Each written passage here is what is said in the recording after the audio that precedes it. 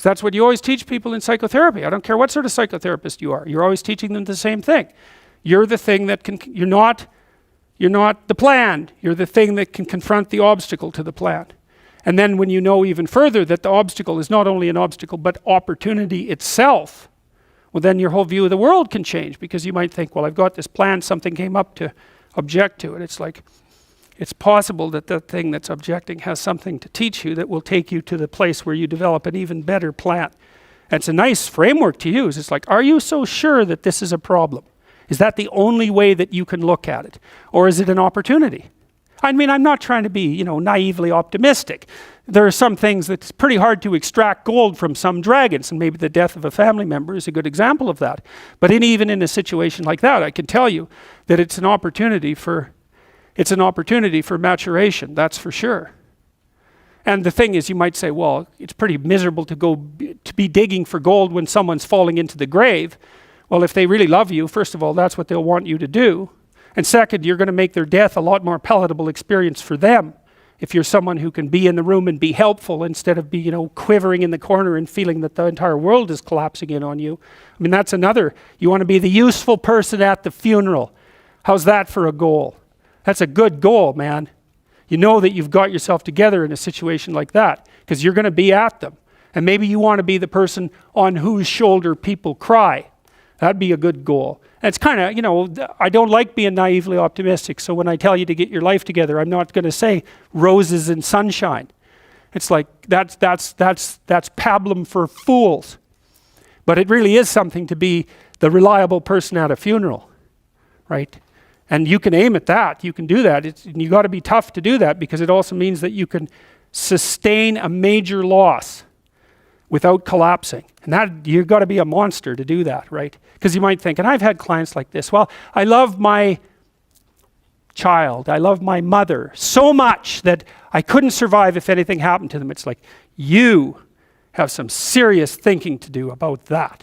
It's like, you really want to curse someone with that kind of love, do you? I couldn't live without you. It's like, my God, get away from me. Really. It's terrible. That's the Oedipal mother, right? That's like, I'll forgive you no matter what you do. It's like, really? No matter what I do, eh? You are not my friend. That's for sure. Not at all. It's a horrible thing to do to someone. That's the witch in the Hansel and Gretel story. All gingerbread and outside to the lost kid. Inside, you feed them candy and make them fat and eat them. Right, that's Hansel and Gretel. That's the Oedipal mother. That's one of Freud's major discoveries. It's a major discovery. It's like the devouring force of love. You want the person to be able to stand on their own, and the price you pay for that is that you stand on your own. It's like, good to have you around. I'm glad you're here. But if tragedy, if and when tragedy strikes either of us, I hope that one of us is standing when it blows past. And that there's a harshness about that that's unbelievably cruel, because you say, well, if my mother died, I could live. Well, what kind of monster are you exactly? The death of your mother doesn't do you in? Well, it turns out that being a monster is the right thing. So, and that's a rough thing to learn. But it's necessary to learn. Because it also makes you, at some point, for example, as you get older, by the time you're in your mid-20s, something like that, you should start having a relationship with your parents that's approximately one of peers. And you can tell if you have that. So here's a little trick you can use. So you have parents, obviously. They have friends. You probably care what your parents think, I would imagine. Do you care what their friends think of you? And the answer to that is, well, not nearly as much. And so then I would say, well, why do you care what your parents think of you then? They're the same people. You know what I mean? It's just luck of the draw that your parents are someone else's kids' friends.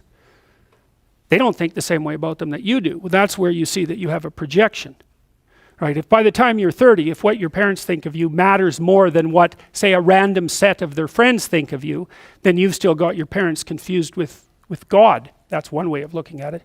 You've still got them confused with an archetype, and you're still a child. And you might think, well, it's pretty damn rude not to think about what your parents think of you anymore, not to care. It's like, yeah, it's kind of rude, but maybe you'll be useful for them when they get old.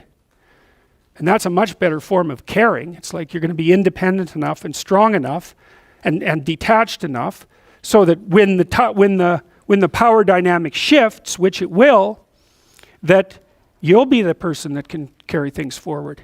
Well, you can't do a better thing for them than that, right? That's the best of all possible outcomes for your parents.